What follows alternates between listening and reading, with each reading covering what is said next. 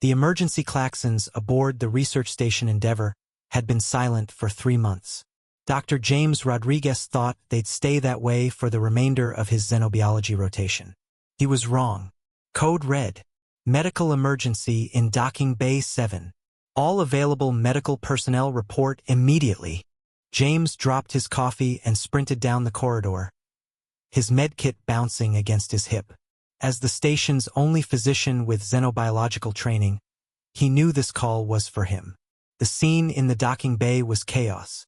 A sleek, crystalline ship had made an emergency landing, its hull scarred by what looked like weapons fire. Smoke poured from damaged sections while automated systems sprayed fire-suppressant foam. "Over here, Doc." Lieutenant Thompson waved him toward a group huddled near the ship's airlock. James pushed through the crowd and stopped dead. Before him knelt the most beautiful alien he'd ever seen, and he'd seen quite a few during his career. She was tall and elegant, with pale blue skin that seemed to shimmer with an inner light. Her features were humanoid but refined, almost ethereal. Silver hair cascaded down her back in waves that moved like liquid mercury. But it wasn't her beauty that made James's breath catch.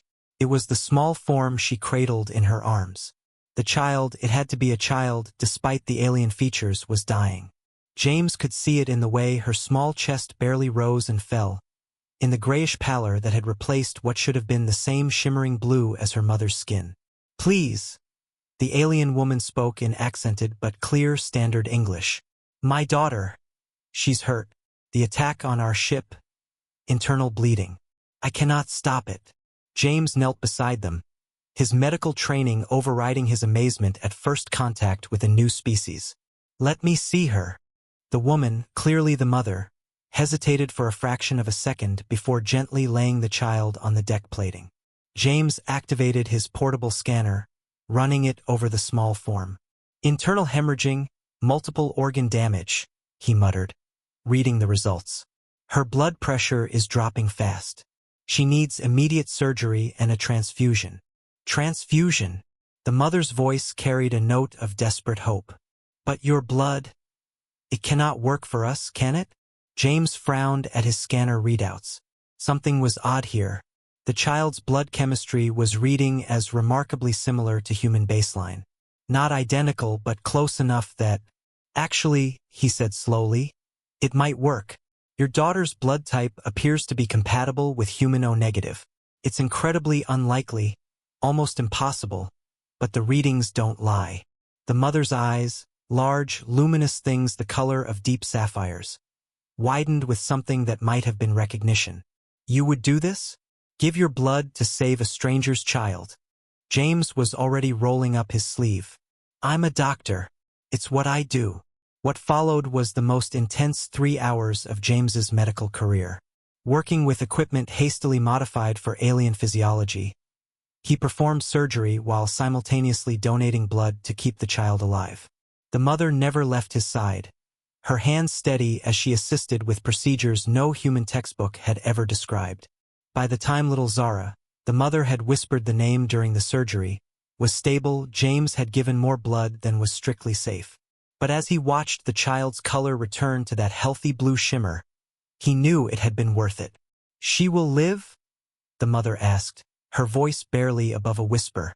"She'll live," James confirmed, exhaustion making him sway on his feet. "Though she'll need to stay in medical for observation. And you should probably explain how you knew our languages and why your daughter's blood is compatible with mine." The alien woman straightened to her full height, which put her nearly eye to eye with James's 6 feet. When she spoke, her voice carried a weight that hadn't been there before. "My name is High Matriarch Lyralei of the Ethereal Houses, and you, James Rodriguez, have just saved the life of the future heir to our entire civilization." The conference room on Deck 5 had been hastily converted into a diplomatic meeting space. James sat across from High Matriarch Lyralei, still feeling weak from the blood loss but too curious to rest. Station Commander Patricia Walsh flanked him, while Lieutenant Thompson and the station's cultural liaison, Dr. Michael Park, completed their delegation. Lyralei had changed from her damaged traveling clothes into something that looked like it was woven from starlight itself. The fabric shimmered and moved with its own inner radiance, and James found it difficult to focus on anything else. First, Commander Walsh began, "We need to address the attack on your ship. Are we in danger?" "No," Lyralei replied, her melodious voice filling the room. "The Kreth raiders who attacked us were destroyed by our escort fleet. They sought to capture my daughter for political reasons." "Political reasons?" Dr. Park leaned forward. "Because she's an heir?" Lyralei's expression grew complicated. "Because she represents the future of our species. You see, the ethereal houses have ruled the Andorian spiral for 10,000 years. But our bloodlines have grown thin. We are dying out, slowly but inevitably." James felt a chill that had nothing to do with his blood loss. "Genetic bottlenecking?" "Precisely, Dr. Rodriguez. We have tried everything: genetic manipulation, selective breeding programs, even partnerships with compatible species. Nothing has worked. Until now." She gestured toward the medical bay where her daughter rested. "Zara is special, even among my people. She was born with what we call the bridge genome, a genetic structure that allows compatibility with other species. It's incredibly rare, appearing perhaps once in a million births." "And you came here because?" Commander Walsh prompted. "Because our long-range scouts discovered something remarkable about your species 60 years ago. Of all the races in the galaxy, humans are the most genetically diverse. More importantly, your DNA has a plasticity that allows for successful hybridization with multiple alien species." The room fell silent. James felt his mouth go dry. "When our scouts reported their findings," Lyralei continued, "many of my people dismissed the data as impossible. But I believed. I had to believe because the alternative is the extinction of everything we've built. So you came here to, what? Ask for volunteers." Dr. Park's voice was carefully neutral. "I came here to negotiate a treaty that would benefit both our species. Humans gain access to our technology, our trade networks, our knowledge accumulated over millennia. In exchange," she looked directly at James. "In exchange, select humans would partner with select Ethereals to create a new generation that carries the best of both species." Commander Walsh stood up sharply. "You're talking about a breeding program." "I'm talking about survival." Lyralei's voice hardened. "For both our species. Your people are still confined to a handful of worlds, vulnerable to any number of cosmic threats. My people possess the technology to ensure human expansion throughout the galaxy, but we need genetic diversity to survive." James found his voice. "Why are you telling us this now? Why not approach our government through official channels?" Lyralei's expression softened as she looked at him. "Because what happened today changed everything. You didn't hesitate to risk your life for my daughter, a complete stranger from an alien species. In our culture, such an act creates bonds that transcend politics or negotiation." She stood and moved around the table toward him, her movements carrying an otherworldly grace. "Dr. Rodriguez, by saving Zara's life with your own blood, you have performed what we call Calithmore, the gift of life. It creates an unbreakable bond between your bloodline and mine." "What kind of bond?" James asked, though he was beginning to suspect he already knew. Lyralei knelt before his chair, her sapphire eyes looking directly into his. "The kind that, according to our most ancient laws, can only be honored through the joining of our genetic lines. You saved my daughter's life, James Rodriguez. Now I am asking you to help me save my entire species." The silence that followed was deafening. "And if I refuse?" James asked quietly. "Then you refuse and we find another way. But I hope you won't." Her voice dropped to barely above a whisper. "Because I've seen what humans are capable of. I've seen your courage, your compassion, your willingness to sacrifice for others. Those are exactly the qualities my people need to survive." Commander Walsh cleared her throat. "This is far above my authority level. We'll need to contact Earth Command immediately." "Of course," Lyralei agreed. "But while we wait for your bureaucrats to debate, there's something else you should know." She turned back to James. "The blood you gave to save Zara, it's already begun changing her on a genetic level. She's becoming something new, something that's never existed before. A true hybrid of our species. James felt the world tilt around him. What are you saying? I'm saying that whether you agree to my proposal or not, you're already the genetic father of the future of two civilizations. The message from Earth Command arrived 3 days later, and it wasn't what anyone expected. Instead of the bureaucratic deliberation they'd anticipated, Admiral Sarah Hayes herself appeared on the quantum comm, her expression grim. Dr. Rodriguez, Commander Walsh, the Admiral began without preamble. We've been monitoring the situation on your station, and we've received some disturbing intelligence. James and Commander Walsh exchanged glances across the communications room. Lyralei stood behind them, having been granted diplomatic immunity pending the outcome of negotiations. What kind of intelligence, Admiral? Commander Walsh asked.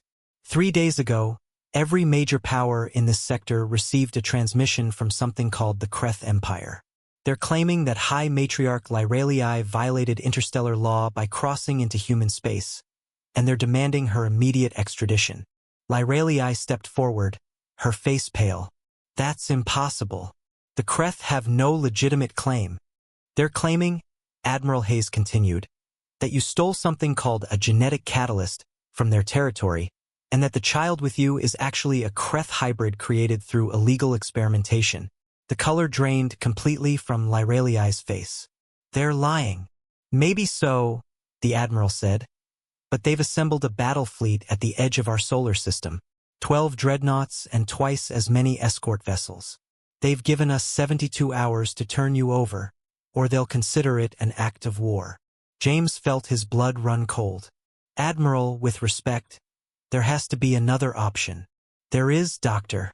The Ethereal houses have also sent a fleet. They're offering to grant humanity full membership in what they call the Galactic Prosperity Alliance, in exchange for sanctuary for their High Matriarch and her daughter. They're also offering immediate access to FTL technology that's centuries beyond our current capabilities. Commander Walsh leaned forward. What's the catch? The catch, Admiral Hayes said grimly, is that accepting their offer means we're choosing sides in what our xenosociologists are calling the largest interstellar conflict in recorded galactic history. The Kreth Empire controls nearly a quarter of this spiral arm. If we side against them, we become targets, James finished. Exactly. Which is why Earth Command is leaving this decision to you, Dr. Rodriguez. James blinked. Excuse me? According to both Ethereal and Kreth law, and we've had our best legal minds working on this around the clock, your act of saving the child has created what they call genetic sovereignty. Essentially, you've become Zara's legal guardian by right of blood, which means the decision of whether to honor the Ethereal request for sanctuary or comply with Kreth demands is yours to make. The room spun around James. He gripped the edge of the table to steady himself. I'm just a doctor. You're the doctor who may have just changed the balance of power in the entire galaxy, Admiral Hayes replied. The Ethereals have made it clear that if you agree to their proposal, both for sanctuary and for the genetic partnership, they'll provide humanity with enough technology to defend ourselves against anyone, including the Kreth. Lyralei moved to stand beside James, placing a gentle hand on his shoulder. James, I need you to understand something. When I first came here, I thought I was asking you to help save my people. But now I realize I'm asking you to choose the future of yours as well. What do you mean? The Kreth Empire has been expanding for centuries. They consume other species, absorb their resources, and discard what they can't use. Humanity is young and strong, exactly the kind of species they target. If you refuse our alliance, they'll find another excuse to attack your people within a decade. Probably sooner. Admiral Hayes nodded grimly. Our intelligence suggests she's right, Doctor. The Kreth have been monitoring human expansion for years. This situation has simply accelerated their timeline. James looked around the room at the faces watching him. His commanding officer, the Admiral on the screen, and the alien woman whose proposal could change everything. Then he thought about little Zara, recovering in the medical bay with his blood running through her veins. I need to see her, he said finally. See who? Commander Walsh asked. Zara. I need to see what I'm really deciding about. 5 minutes later, James stood beside the medical bed where the small alien girl was sleeping. She looked peaceful now, her blue skin having returned to its healthy shimmer. As he watched, her eyes fluttered open, eyes the same deep sapphire as her mother's. "Hello," she said in perfect English, her voice carrying a musical quality that made James smile despite everything. "Hello, Zara. How are you feeling?" "Better. Mama says you gave me your blood to make me well." "That's right." She sat up in bed, studying him with an intensity that seemed far too mature for her apparent age. "It feels different now, like I can understand things I couldn't before." "Is that because of your blood?" James glanced at Lyralei, who had followed him into the medical bay. "I don't know. What do you think?" Zara was quiet for a long moment. Then she said, "I think you're scared." "I am scared," James admitted. "I have to make a very important decision, and I don't know what the right answer is." "The right answer," Zara said with the confidence only children possess, "is the one that helps the most people. That's what Mama taught me." Out of the mouths of babes, James thought. Or, in this case, out of the mouth of a hybrid child carrying human blood in an alien body. He looked at Lyralei. "If I agree to this, to all of it, what exactly does that mean for me?" "It means," she said softly, "that you become the first of a new generation of partnerships between our species. It means you help create children who carry the best of both worlds.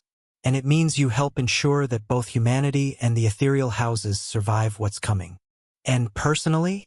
Lyralei's cheeks took on a deeper blue hue that James was beginning to recognize as the ethereal equivalent of a blush. "Personally, it means you become my partner in every sense. We would be bound by laws more ancient than your civilization, committed to each other and to the future we create together." James looked back at Zara, who was watching the exchange with bright, curious eyes. "And her. She becomes your daughter, as truly as if you had contributed genetic material at conception. The blood bond makes it so." James closed his eyes and made his choice. "I accept." The words hung in the air of the medical bay for a long moment before Lyralei exhaled a breath she hadn't realized she was holding. "James," she said softly, "are you certain? Once we begin the bonding ceremony, there's no reversing it. You'll be tied to me and to my people for the rest of your life." James looked at Zara, who had fallen back asleep with a small smile on her lips, then at Lyralei. "I'm certain, but I have conditions." "Name them." "First, any children we have get to choose their own path. No predetermined destinies, no matter what your ancient laws say." "Agreed."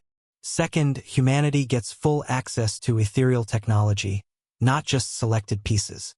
If we're going to face the Kreth Empire, we need every advantage." "Also agreed." "And third," James paused, feeling heat creep up his neck, "I need to know that this isn't just about genetics for you, because despite everything that's happened, despite how insane this all is, I find myself actually caring about you. Both of you." Lyralei's expression softened, and she stepped closer to him. "James, do you think I would bind my life to someone I didn't already care for? Yes, this began as necessity, but it has become something more. You risked your life for my daughter without hesitation. You've shown compassion, intelligence, and strength. These are not just the qualities my people need, they're the qualities I personally value." She reached up and cupped his face in her hands. Her skin was warm despite its alien hue, and her touch sent an electric thrill through him. "The bonding ceremony will link us mentally and emotionally as well as genetically," she continued. "You'll know if I'm being truthful, and I'll know the same about you.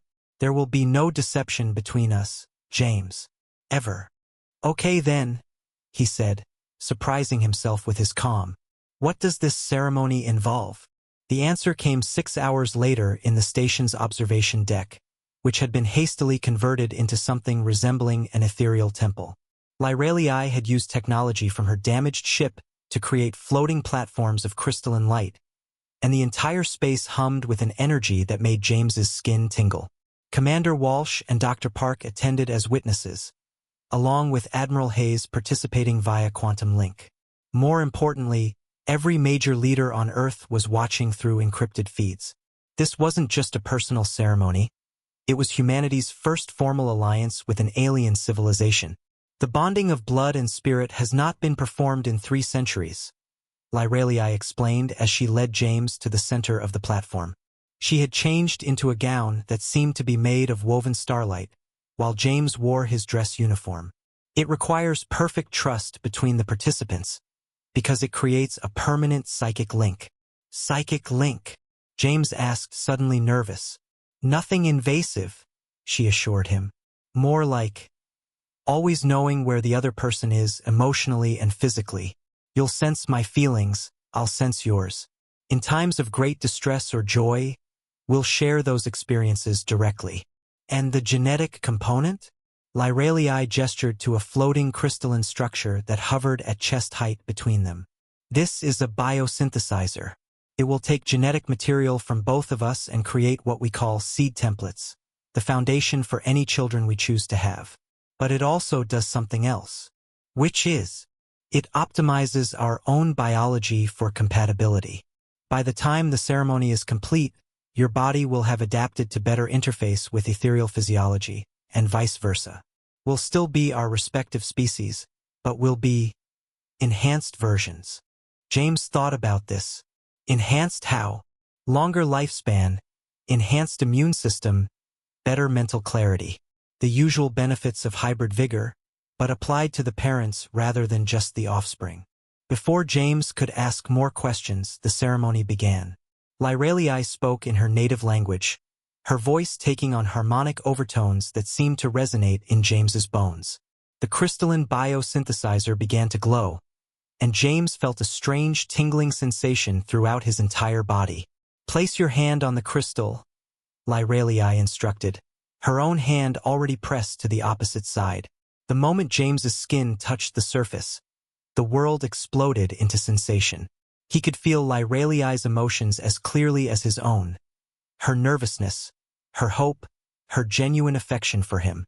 More than that, he could sense the depth of her commitment to her people and her fierce love for her daughter. In return, he felt her experiencing his own feelings, his natural compassion, his dedication to healing others, and his growing love for both her and Zara. The biosynthesizer pulsed with increasing intensity, and James felt his body beginning to change. His vision became sharper, colors more vivid. His hearing expanded to encompass frequencies he'd never perceived before. Most remarkably, he could feel Lyralei's life force as distinctly as his own heartbeat. "James," she whispered, though he realized he was hearing her thoughts as much as her voice. "Are you all right?" "Better than all right," he replied, marveling at the sensation of their minds touching. "This is incredible." The ceremony concluded with a pulse of light that filled the entire observation deck. When it faded, James found himself looking at Lyralei with new eyes. She was still recognizably herself, but there were subtle changes. Her skin had taken on a faint luminescence, and her hair moved with an even more liquid grace than before. "The bonding is complete," she announced to the assembled witnesses. "James Rodriguez is now my eternal partner and co-patriarch of any bloodline we create." Admiral Hayes cleared her throat from the comm screen. "Congratulations to both of you. And Dr. Rodriguez, I hope you're ready for your new responsibilities." "What responsibilities?" "As of this moment, you're humanity's first xenobiological ambassador.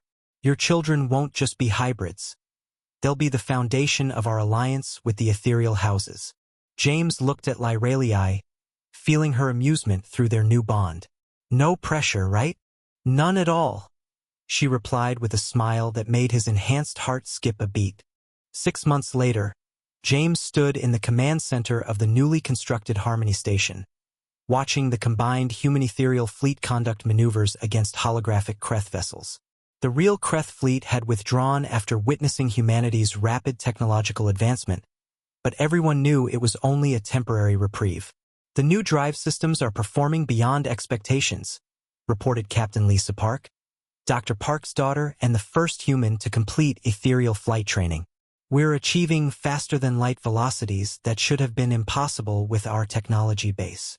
It's not your technology anymore, Lyralei observed from beside James, her hand resting on her gently curved belly.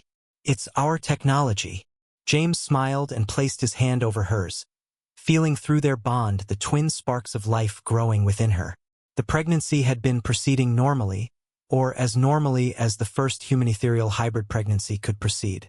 Dr. Jennifer Hayes, no relation to the Admiral, who had become the galaxy's first xenobiological obstetrician, was cautiously optimistic about the baby's development. Yes, babies. Twins, both showing genetic markers that suggested they would inherit the best traits of both species. James tried not to think about the pressure that would be placed on them as they grew up. Status report from the Zara? James asked, referring to the heavy cruiser they'd named after Lyralei's daughter.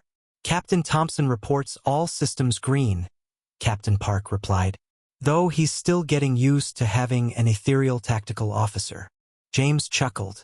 Lieutenant Zara, now 15 in human years thanks to accelerated ethereal development, had insisted on joining the fleet as soon as she was old enough. Her unique hybrid biology gave her insights into both human and ethereal technology that no one else possessed. She's trying to prove herself, Lyralei said through their mental link. She feels responsible for the alliance between our species. She's not responsible, James replied the same way. We all made our choices. Tell her that. James was about to respond when alarms began sounding throughout the station. Captain Park immediately moved to her console, her expression growing grim as she read the incoming reports. Long-range sensors are detecting a massive hyperspace distortion at the edge of the system, she announced. Configuration matches Kreth Empire dreadnoughts, but the signature is wrong somehow. Wrong how? James asked, moving to look over her shoulder at the sensor displays. The energy patterns are unlike anything in our databases. If I didn't know better, I'd say they were using ethereal technology. Lyralei went very still beside him, her face paling to an almost white blue. Through their bond, James felt a spike of fear unlike anything he'd experienced from her before. What is it? He asked aloud. If the Kreth have learned to replicate our technology. She began, then stopped as the implications hit him through their link. The advantage humanity had gained through their alliance with the ethereal houses would be negated. Worse, if the Kreth had found a way to duplicate ethereal biotechnology, they might be able to create their own hybrid soldiers. Incoming transmission, Captain Park reported. It's from the lead Kreth vessel, but they're requesting to speak specifically with Dr. Rodriguez and High Matriarch Lyralei. James and Lyralei exchanged glances. Put it through, James said. The main screen flickered to life, revealing a figure that made James's breath catch. It was clearly Kreth, tall, predatory, with the characteristic scaled skin and reptilian features. But there were other elements too, features that seemed almost ethereal, Lyralei whispered. Greetings, the figure on the screen said in accented standard English. I am War Prince Thaxmore of the Kreth Imperial Fleet. I have come to propose an alliance. An alliance? James managed to say. 6 months ago you were demanding our extradition. 6 months ago, we did not understand what you had accomplished, Thaxmore replied. We have since learned that the hybrid child you created, the one called Zara, represents something we thought impossible. A successful melding of species that retains the strengths of both. Lyralei stepped forward, her voice hard. What do you want? What we have always wanted, Thaxmore said. Survival. Our species, like yours, matriarch, faces genetic stagnation. We have attempted to solve this through conquest and absorption, but this method has limitations. Your success suggests another path. James felt pieces clicking together in his mind. You want to join the alliance. More than that, Thaxmore confirmed. We wish to propose a 3-way genetic partnership. Humans possess the adaptability we all need. Ethereals possess the biotechnology to make hybridization successful. And Kreth possess the military strength to defend against the true threat. What true threat? Captain Park asked. Thaxmore's expression grew grim.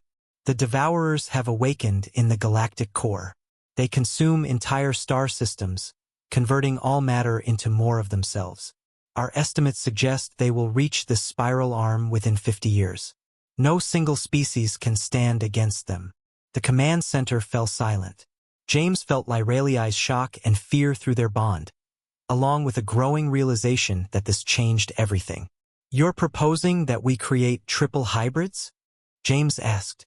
"I am proposing that we create a new species," Thaxmore replied. "One that combines human adaptability, ethereal biotechnology, and Kreth martial prowess. A species capable of standing against the devourers and ensuring that life itself survives in this galaxy." James looked at Lyralei, feeling her conflicted emotions through their bond. The Kreth had been enemies for so long, but if what Thaxmore said was true, "We'll need guarantees," Lyralei said finally. "Protections for existing hybrid children, equal representation in any combined government, and absolute transparency in all genetic work." "Agreed," Thaxmore said immediately. "But we will need to begin soon. The devourers move faster than our projections initially indicated." James placed his hand on Lyralei's belly again, feeling the twin lives growing there. Their children would be born into a galaxy facing extinction, but they would also be the foundation of something new, something that might just save everyone. "All right," he said, surprising himself with his decisiveness. "Let's save the galaxy." As the Kreth fleet moved into formation alongside the human ethereal forces, James reflected on how much his life had changed. 6 months ago, he'd been a simple research doctor. Now he was helping to forge the future of multiple civilizations. Through their bond, he felt Lyralei's love and pride, along with her excitement about the future they were building together. Whatever came next, they would face it as partners, and their children would inherit a galaxy where cooperation had triumphed over conflict. At least that was the plan. The devourers, James suspected, might have other ideas. But that, as they said, was a story for another day.